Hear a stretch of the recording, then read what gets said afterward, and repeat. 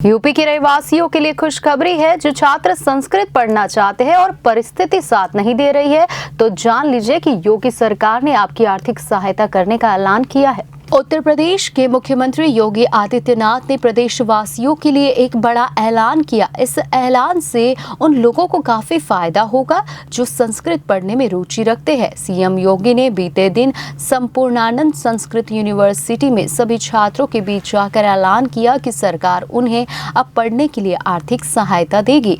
योगी आदित्यनाथ ने रविवार को विश्वविद्यालय में राज्य भर के सभी संस्कृत छात्रों के लिए स्कॉलरशिप स्कीम की शुरुआत की। साथ ही उन्होंने प्रदेश में आवासीय गुरुकुल शैली के संस्कृत स्कूलों को पुनर्जीवित करने की योजना की भी घोषणा की।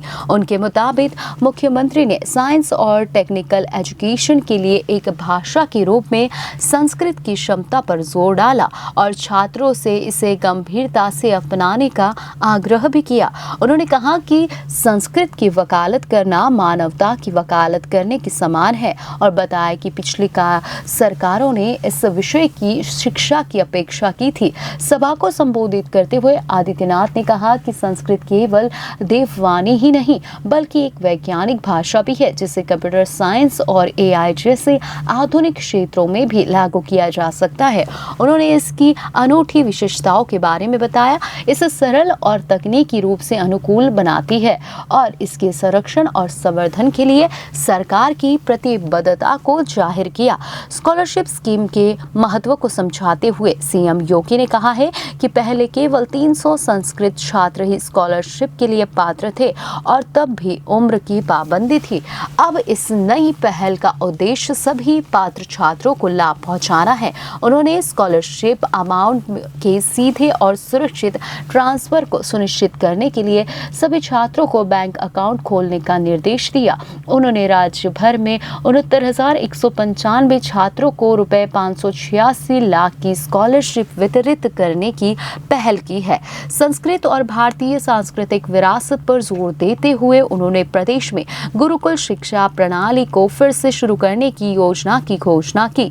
उन्होंने कहा कि ये पारंपरिक प्रणाली देश की असली ताकत है और भारत को वैश्विक नेतृत्व की और अग्रसर करती है। गुरुकुल संस्थानों को अतिरिक्त सहायता मिलेगी, जिनमें छात्रों के लिए फ्री आवास और भोजन की व्यवस्था करने को विशेष सहायता दी जाएगी। इन संस्थानों को योग्य आचार्यों की भर्ती करने की अधिकार भी होंगे।